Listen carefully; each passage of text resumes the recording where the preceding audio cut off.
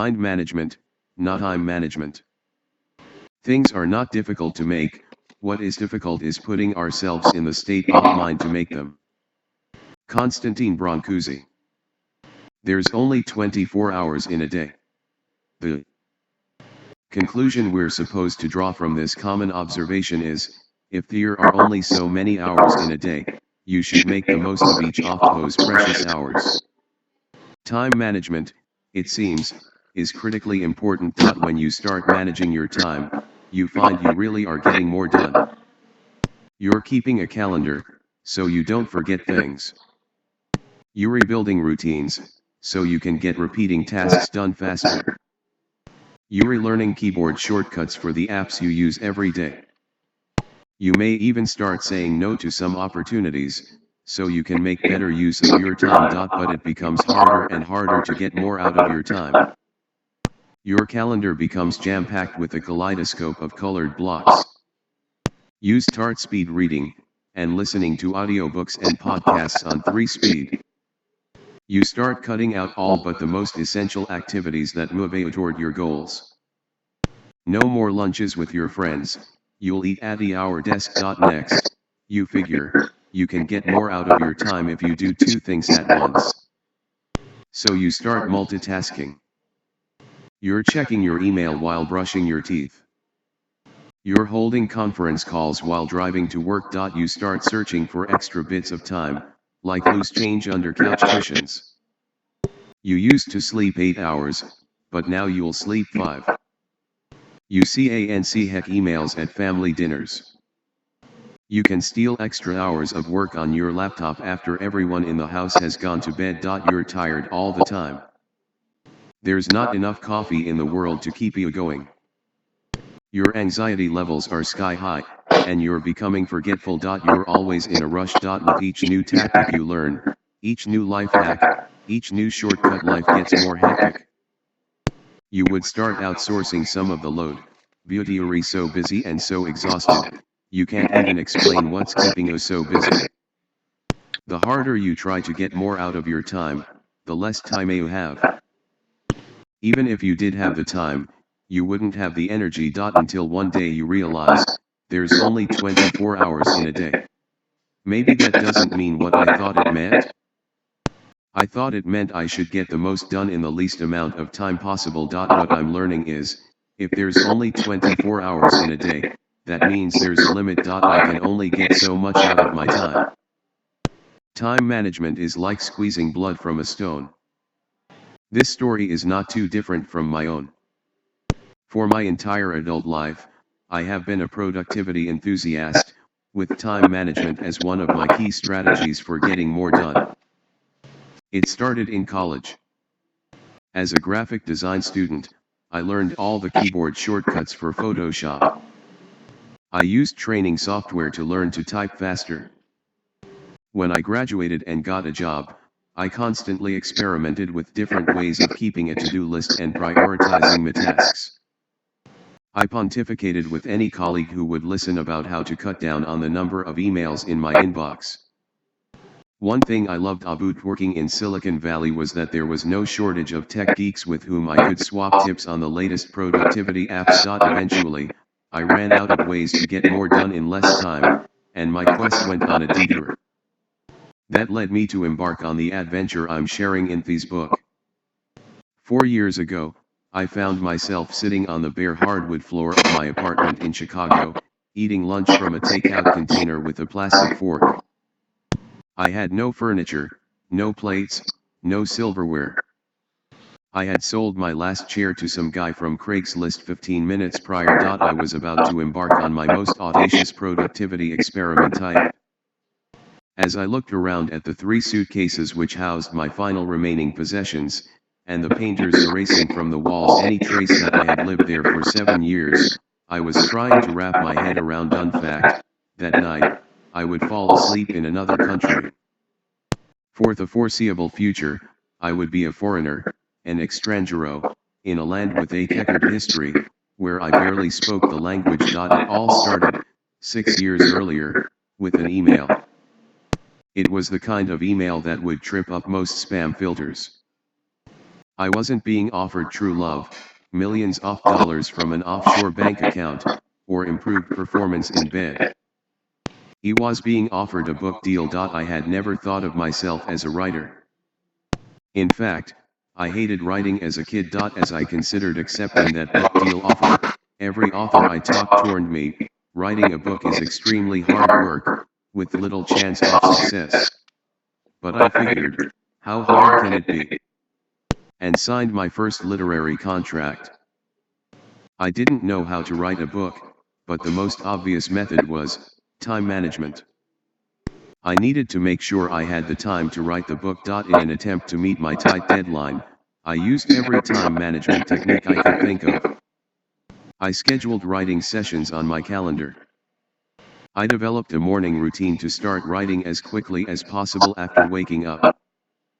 I time boxed, to limit the time I would spend on pieces of the project. Still, I didn't have enough time. I fired my clients. I canceled dates and turned down party invitations. I started outsourcing my grocery shopping, my meal preparation, even household chores. If there was anything I had to do myself, I made sure to batch it into blocks of time when I could do it all at once. Writing the book became my one and only focus. I cleared away any time I could, and I dedicated it to writing. But it still wasn't enough.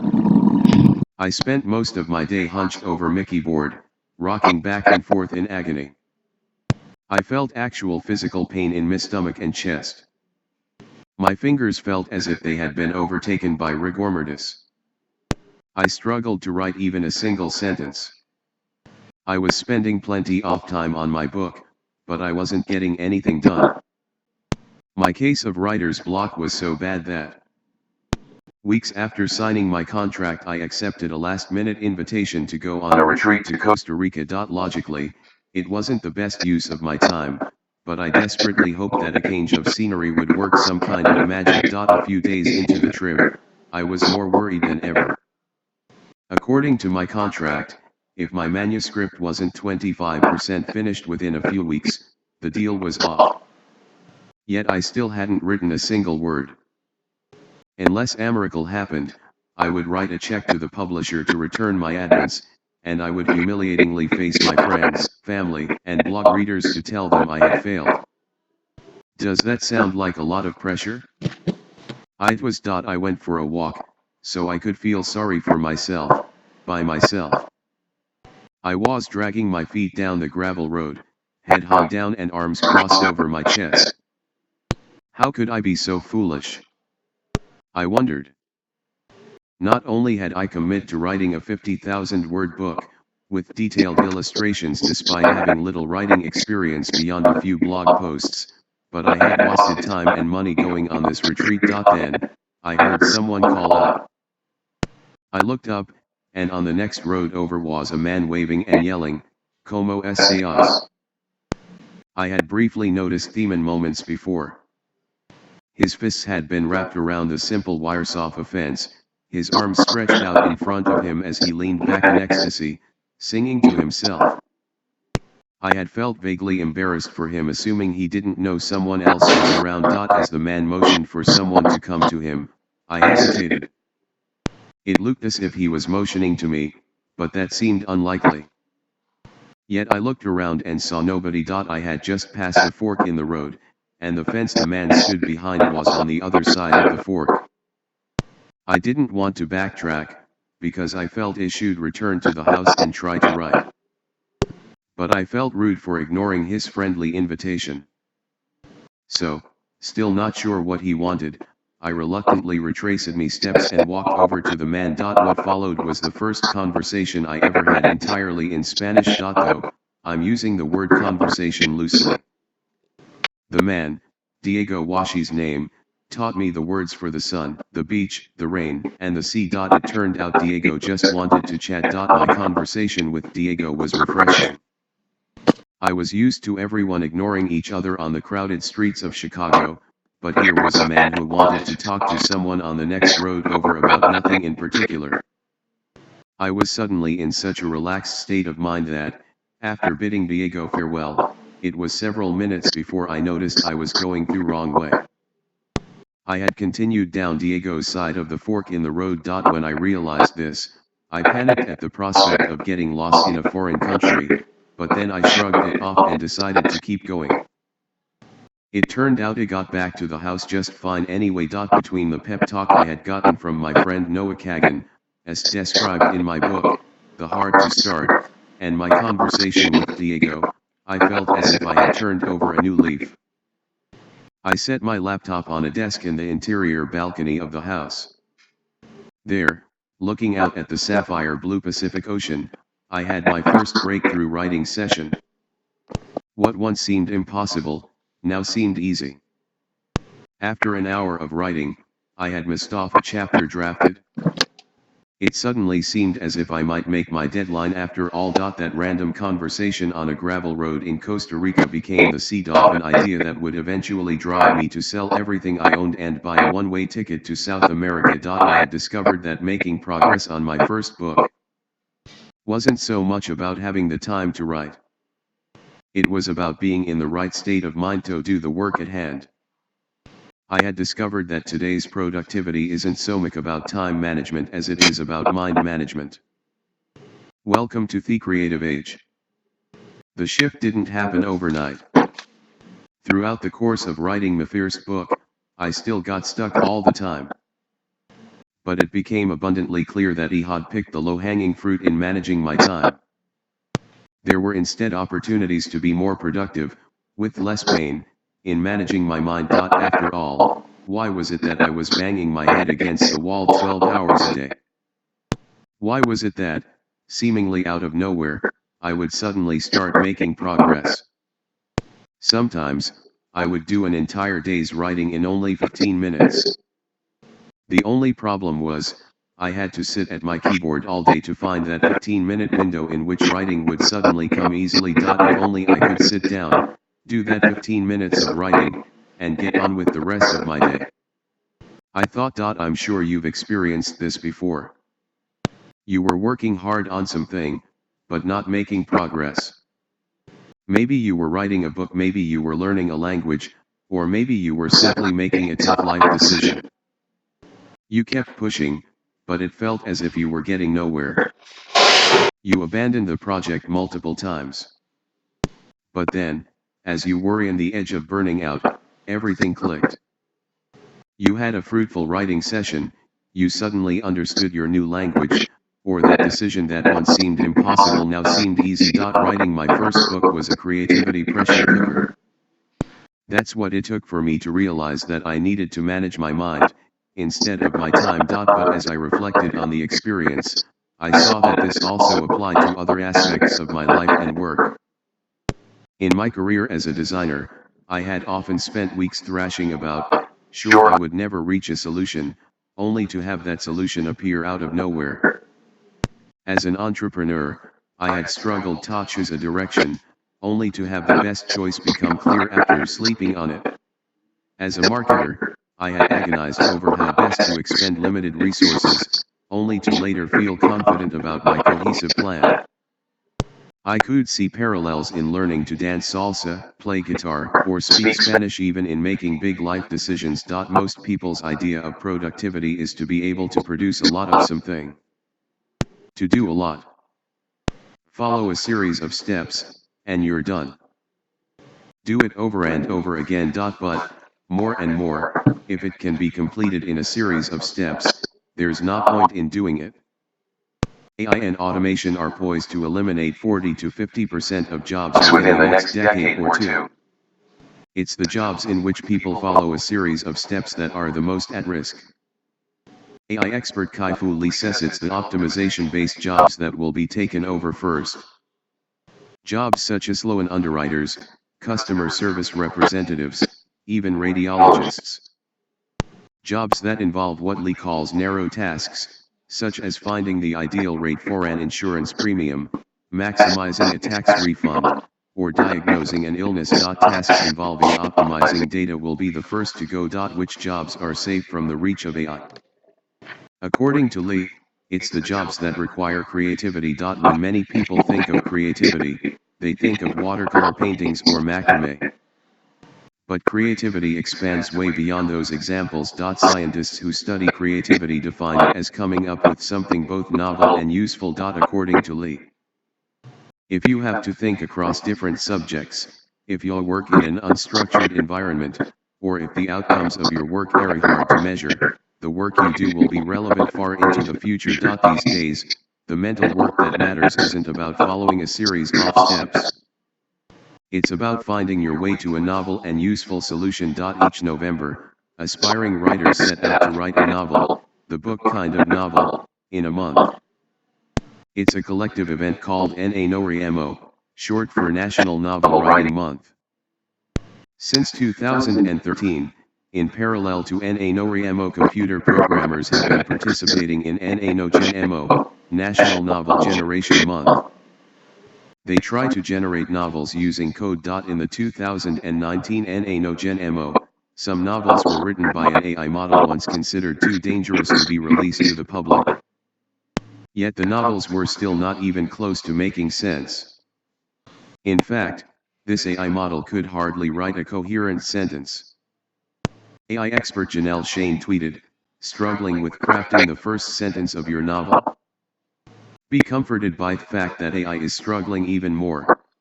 The sentence this AI model generated for Janelle, "I was playing with my dog, Mark the Brown Labrador, and I had forgotten that I was also playing with a dead man." Note exactly Tolstoy. You can type 50,000 words in a day.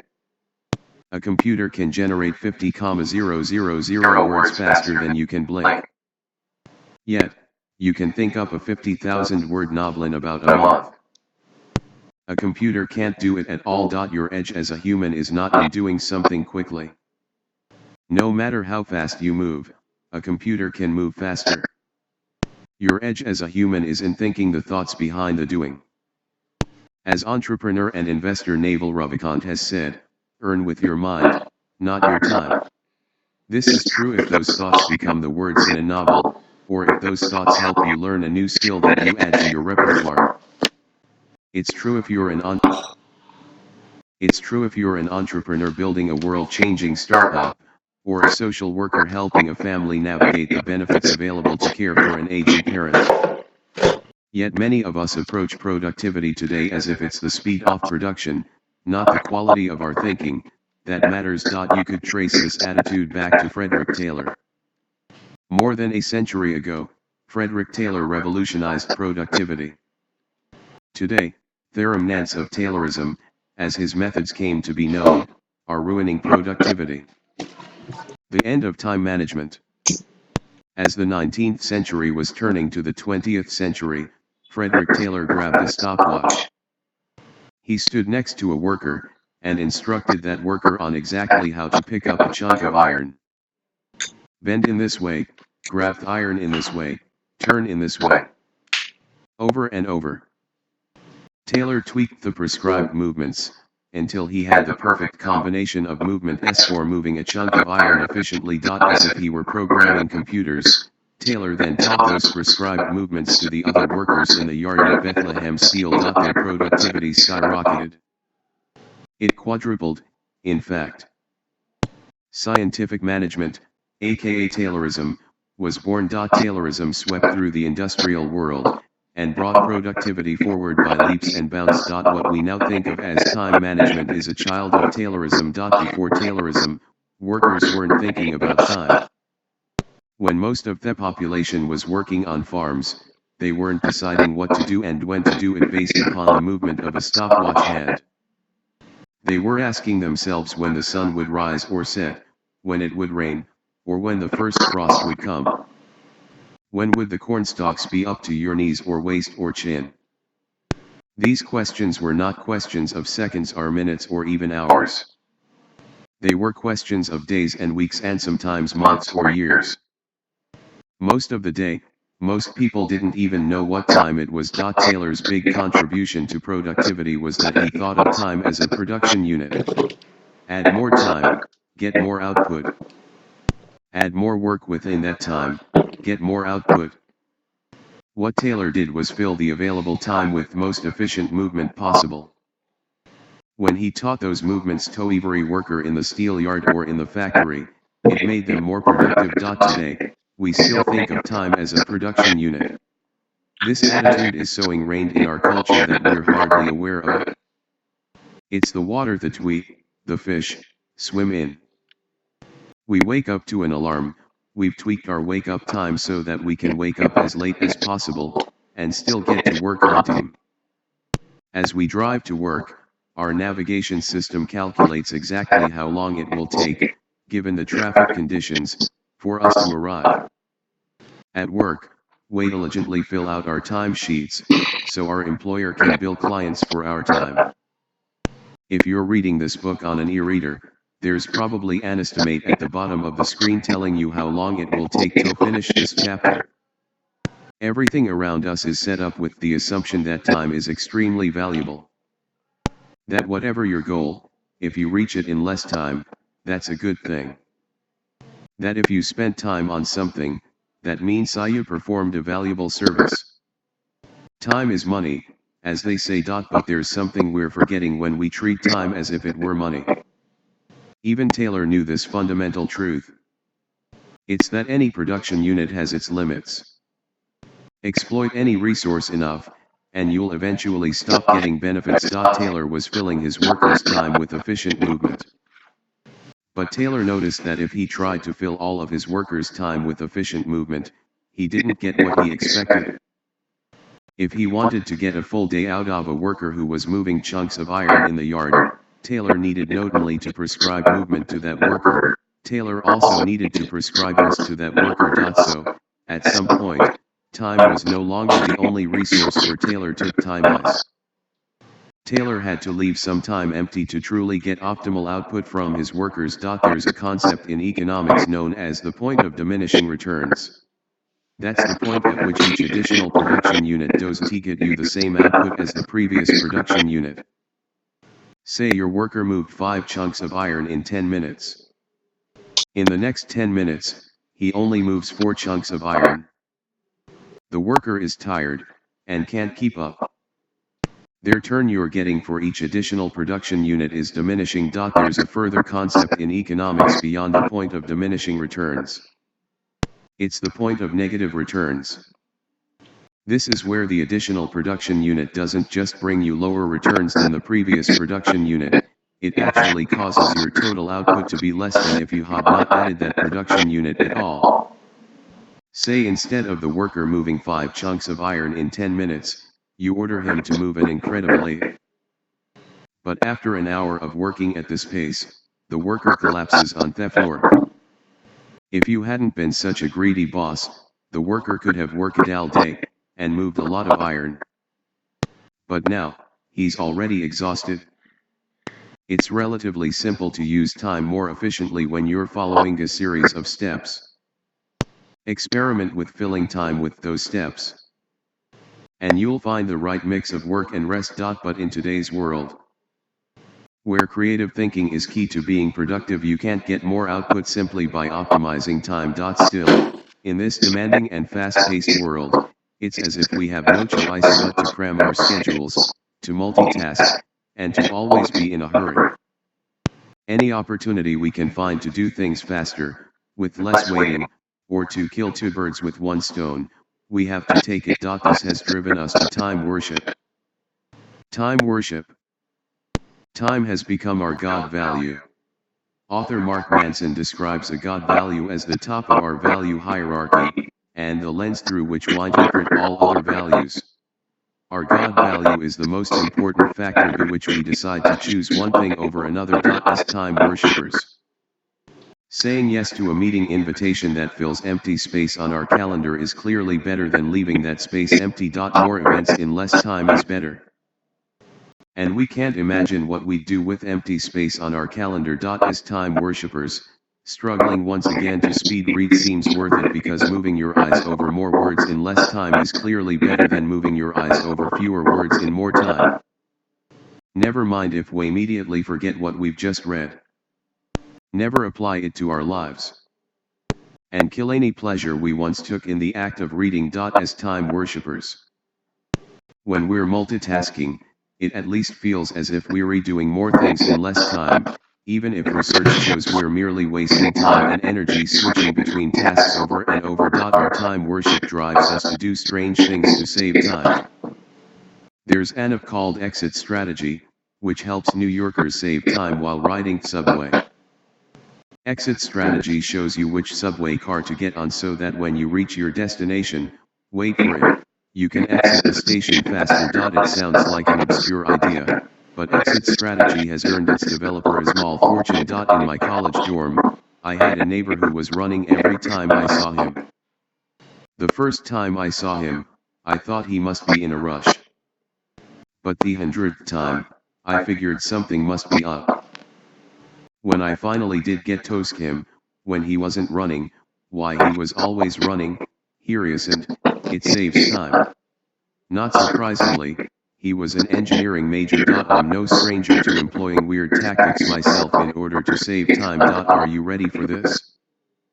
I've actually taught myself to press the elevator button for my floor, like a no-look pass, by looking in the mirror in the back of my apartment building's elevator.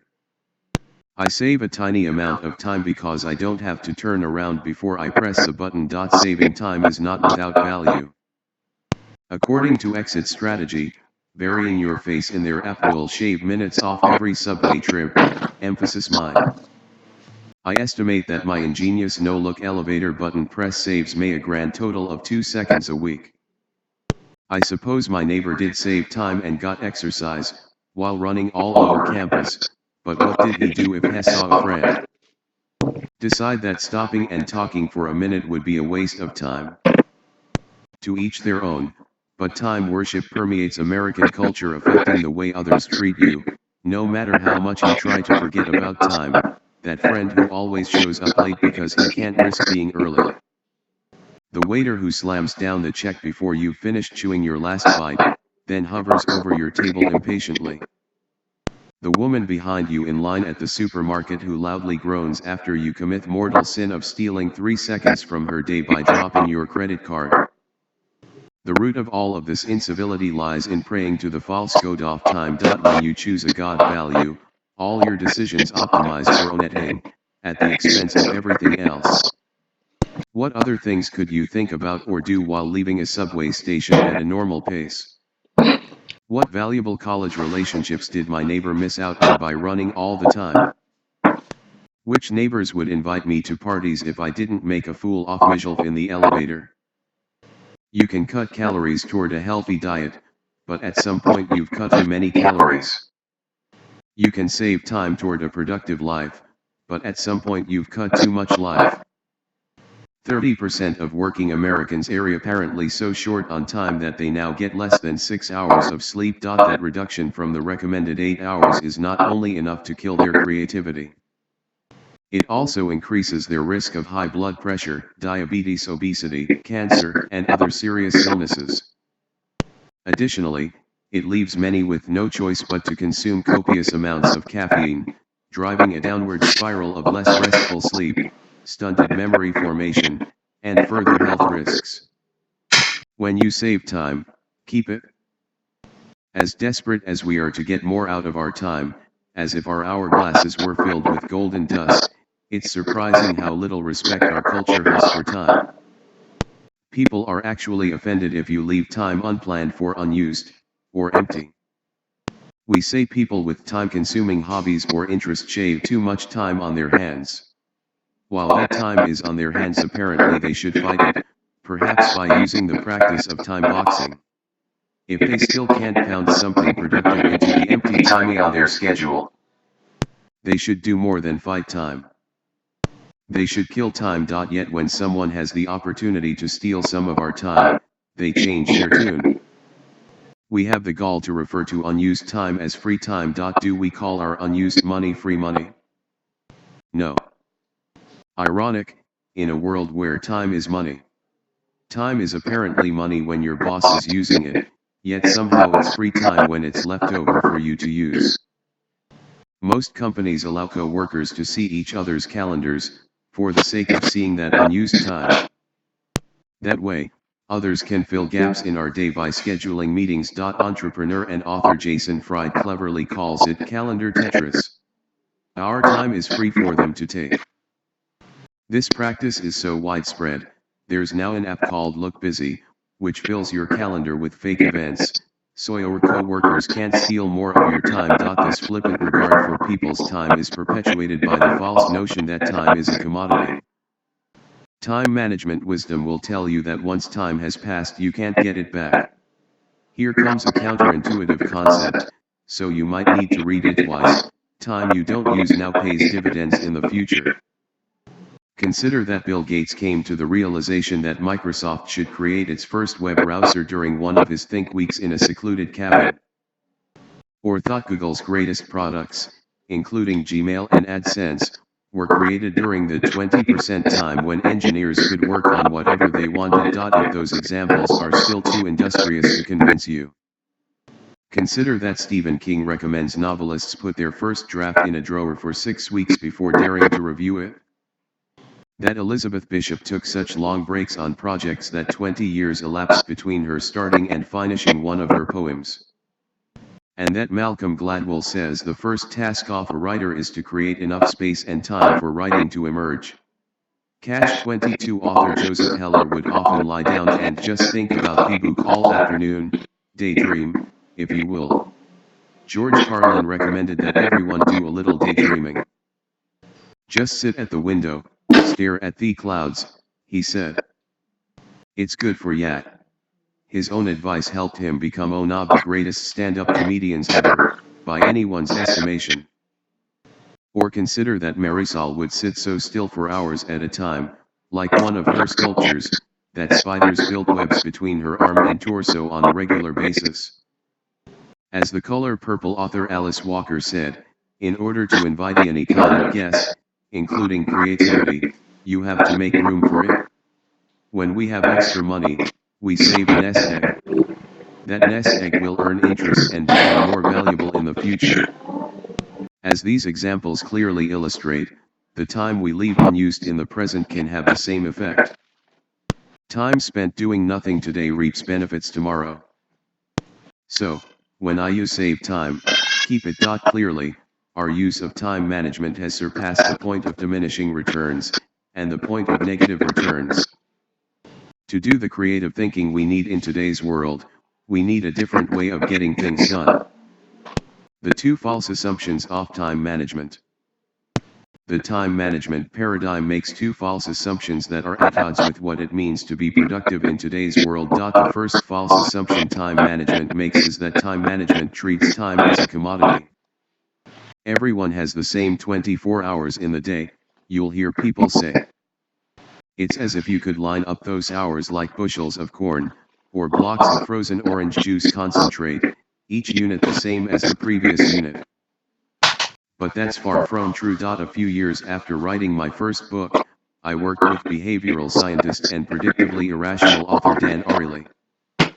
Dan wanted to use his behavioral science knowledge to design a productivity app, with the evidence of my early theories on mind management. We later sold the app to Google, where some of the features we came up with became a part of calendar app. One observation that quickly became clear to us is that when you look at of those 24 hours in a day, one unit of time is very different from another unit of time. Rhythms within our bodies and within the world around us make each hour different from the next. Some hours are better for thinking analytically. Other hours are better for thinking creatively. As I'll explain in the following chapters, all hours are not created equal. The second false assumption that time management makes is that being productive is about producing. Producing is right there in the word productive. Time management in its most basic form is about producing maximum output in the minimum time. Yet the impact of what you produce in 1 minute can vary greatly when compared to the impact of what you produce in the next minute. The impact of one product versus another can be night and day. You could write a novel that sells 0 copies, or you could write a novel that sells 1,000,000 copies. You could start a business that fails, or you could start a business that changes the world. You could create a marketing plan that doesn't move the needle, or you could create a marketing plan that puts your product on the map. The time you spend on one result versus another may be exactly the same. You can work just as hard on the novel that sells 0 copies as the novel that sells 1,000,000 copies. Both novels may have the same number of words. Both novels may be free of misspellings and grammar mistakes. The thing that determines whether what you produce does extraordinarily well or extraordinarily poorly is the quality of your ideas. When you're moving chunks of iron, you can easily connect the work with the results. You pick up the iron, and you've moved it closer to its destination. But when you look at how ideas happen, you can't connect the quality of those ideas to the time you spend on them. Yes, with any novel you're going to have to spend some time moving your fingers on the keyboard.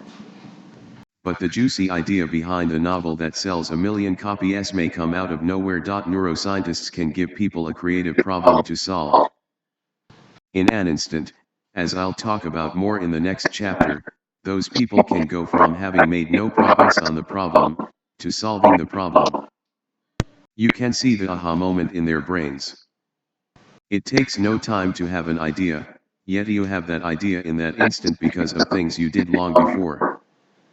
Just ask opera singer Marian Anderson, who said, "When learning a new piece of music, what has appeared useless labor for days becomes fruitful at an unpredictable moment."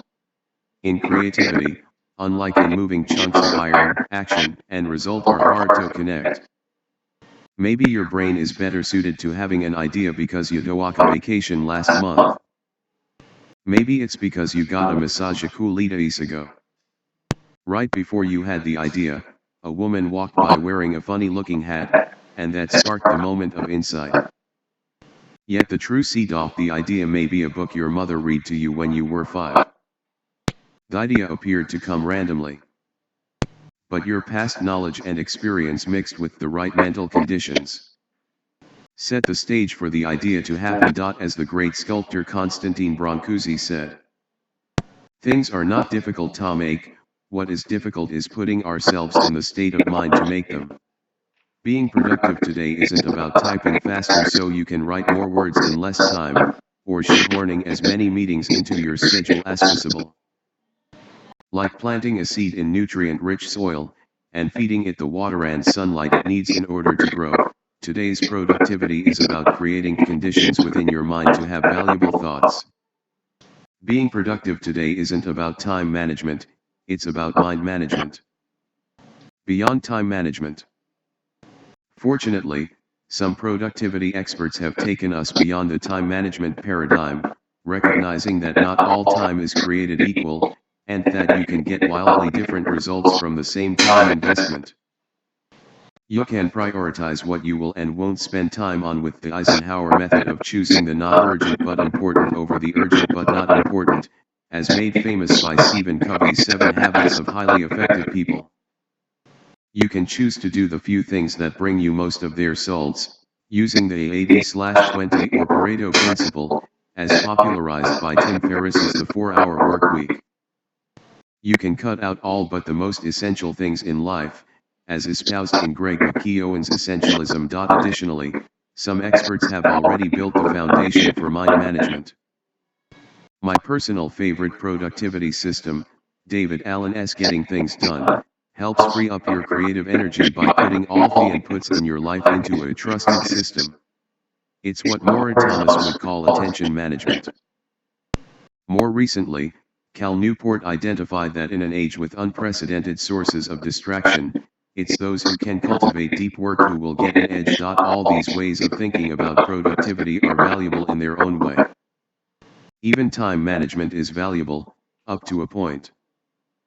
But mind management picks up where all these methods leave off. Time management optimizes the resource of time. Mind management optimizes the resource of creative energy. Consider this passage from Getting Things Done. It's what Allen calls the 4 criteria model for choosing actions in the moment, which is a method for deciding what tasks you can do at any given moment. At 3:22 on Wednesday, how do you choose what to do? At that moment there are 4 criteria you can apply, in this order: context, time available, energy available, and priority. Yes, in any given moment, when you're deciding what you can get done, the context is important. For some things, you need a computer. Other things, you can do on your phone, while standing in line. Another factor determining what you can get done is the amount of time you have available. Finally, you'll choose the higher priority action over the lower priority action. But the energy available is also critically important. Sometimes your mind is better suited to think creatively. Other times it's better suited to think analytically. Sometimes you're in the mood to do some research. Other times, you're better off taking care of some pesky details. Elite athletes warm up before a big game. They wouldn't expect to roll out of bed and perform at their peak. Yet too many of us treat our to-do lists as if anything is possible at any moment. What if, at 3:22 every Wednesday, you didn't have to decide what to do? What if you managed your creative energy so well that, instead of staring, puzzled, at your to-do list, it was obvious what you should do at that time? This level of mastery is possible with mind management. If you want to immediately get a taste of what it's like to use mind management, here's a simple exercise for you. The next time you set out to be productive, ask yourself, what work am I in the mood to do right now? Then, ask yourself, what do I need to do that fits that mood? Too many of us live by the to-do list. We look at what needs to be done, then try to force ourselves to do it. It's no wonder why, even if we have the time, we rarely have the energy. But when our mental state is aligned with task at hand, suddenly everything is easier. Our projects drive forward swiftly, as the barriers that once caused procrastination dissolve, one by one. If you've ever experienced the perfect alignment of mental state with activity, you know what I mean. To get into flow, you need to go with the flow. But sometimes, something simply needs to get done now. In these cases, you can ask yourself, what mood would be most conducive to doing this work? Then, ask yourself, when was the last time I felt that way? Finally, see if you can replicate the conditions that put you in that mood. It may seem impossible at first. But just as a hand can learn to effortlessly form chords on a guitar, contorting fingers into positions that once seemed to defy the limits of the human body, you can learn to trigger changes in your mental state, especially with the help of the tools I'll share in this book. Why I moved to another continent. I was asking myself these questions about my mental state in the task at hand, time and time again throughout writing my first book. Soon, patterns emerged in my process. I noticed that the right mood for certain types of work happened at certain times of day. I developed a grab bag of routines and rituals I could pull from when I needed to change my mood. Additionally, I began to notice hidden boundaries in my thinking. Tasks that once seemed as if they were one task turned out to neatly separate into several tasks, each promoted by their own separate mood. Once I was done with my book and reflected on the process I used to finish it, I found that much of what I had intuitively discovered was supported by the latest creativity research. I pored over books and research papers on neuroscience and psychology. The findings were strewn about, but I saw the pieces all fit together. I realized I had on my hands the beginnings of a reliable yet flexible system for creativity. Yet as I tried to formalize what I had learned and apply it to my life and work, I realized that to truly push the limits of mind management, I needed to make a big change. One day, I was in my home office in Chicago, struggling to write. I wanted to reference an article I had written previously, so I went to fetch the link. 10 minutes later, I realized that I was still reading my old article. It sounds self-obsessive, but I have reliably found, as a writer, that most of what you write, you can't stand to read yourself. But if you've written something really good, you'll want to read it over and over again. That was what was happening. I had gotten sucked into my own writing. Why can't I write like this today? I asked myself. Later that same week, I was reading another older article. and the same thing happened. I searched my mind for the commonalities, what separates me good writing from the rest of it. I realized that I was sitting in Chicago, but I had written neither of these articles while in Chicago. I had written these articles while in South America. I then reflected on all my best work from the previous few years. I realized I was producing all my best work while I was in Colombia. For the previous 3 winters. I had spent a couple months in Medellin. The former home of the infamous drug lord Pablo Escobar. And the former murder capital of the world, Medellin has since drastically reduced its crime rate and become a popular destination for so-called digital nomads, people who work online, and spend a few months in one destination after another. I didn't visit Medellin as part of a regular rotation in between other digital nomad destinations such as Bali or Budapest. I merely visited Toes Cape a couple of the worst months of Chicago's brutal winter. I didn't know at the time what it was about Medellin that allowed me to do better work, but I knew I had to find out. At this point, it had been a few years since launching my first book, Design for Hackers. I had made some attempts to write another book, but I had failed. When I finished writing my first book, I felt both an incredible sense of peace, and an incredible sense of horror. I felt at peace because I had accomplished something I had set out to do. It was a gigantic to-do item that had been marked done. But I felt horror because I was certain I would want to write a book again.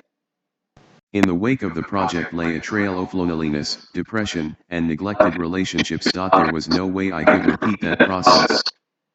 Still, I desperately wanted to write another book. As Maya Angelou supposedly said, there is no agony greater than bearing an untold story inside you.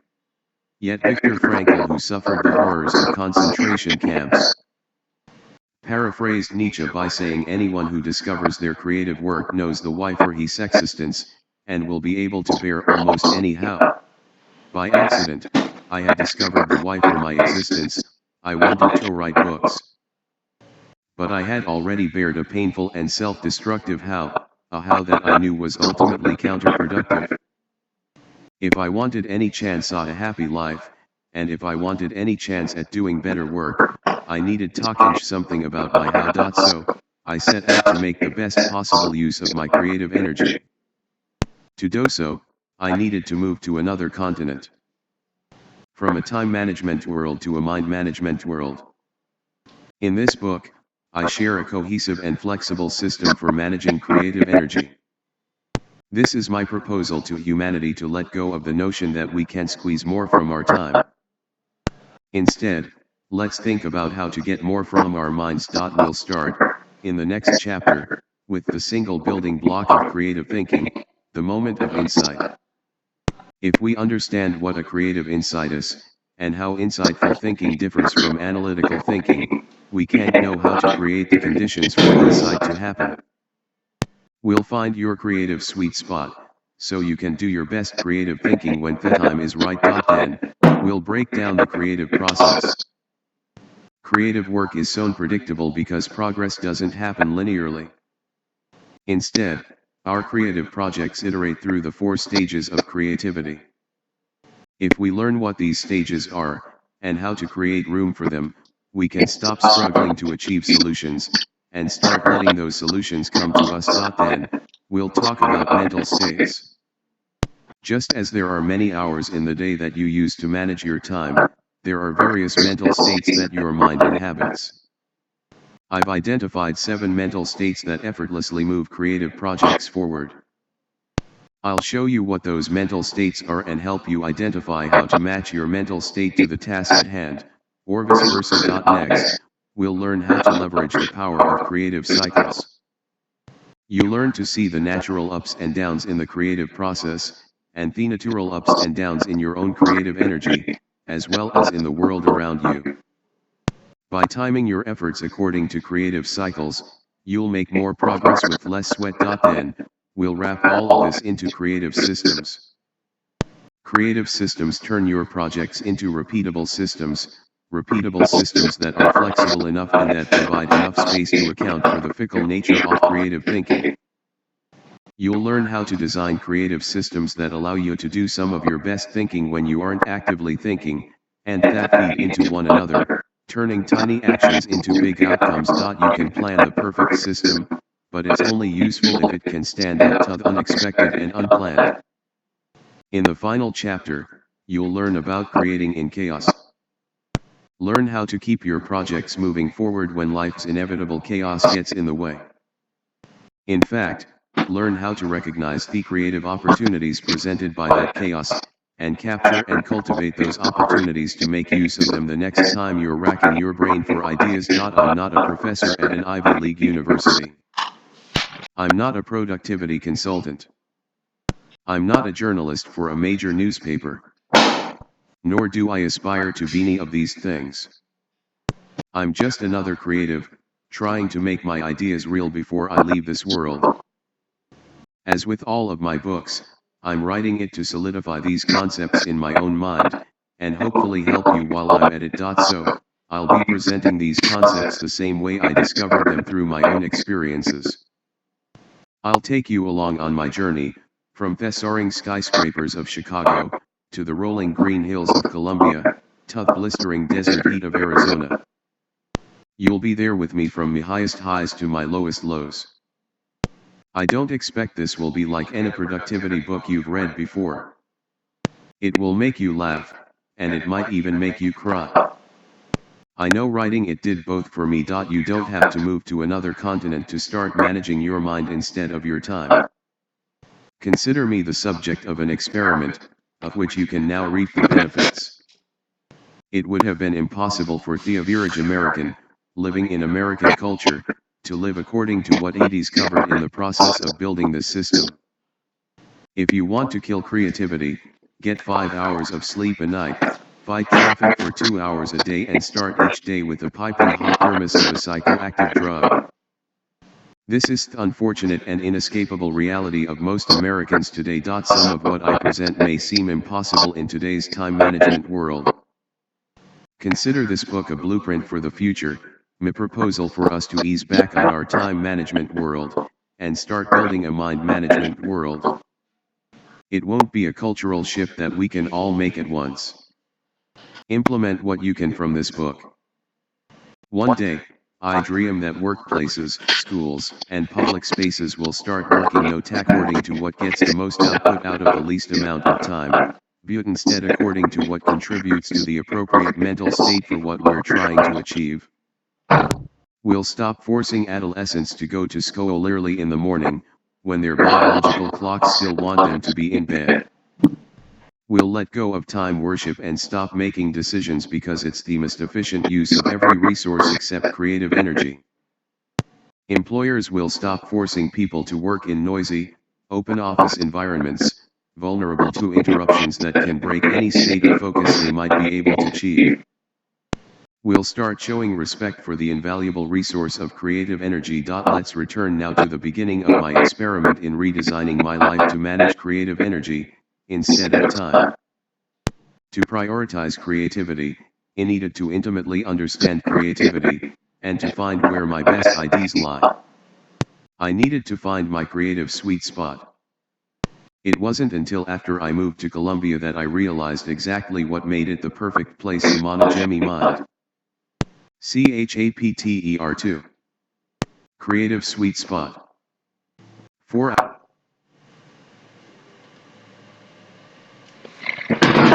Now chapter 2 I explaining in another video because of video is so long. This is a very nice book and very useful for your mind management skills. And this book you productive and your work is very efficiently do it. And thanks for time management book skill you learn it very useful for you.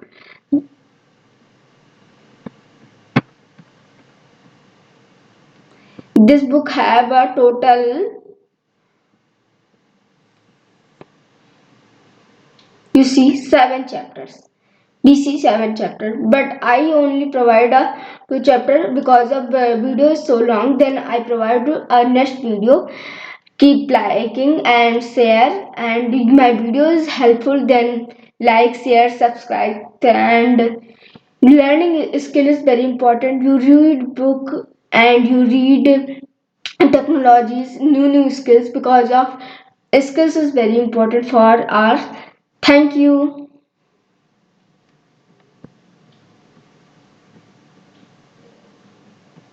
This is our book.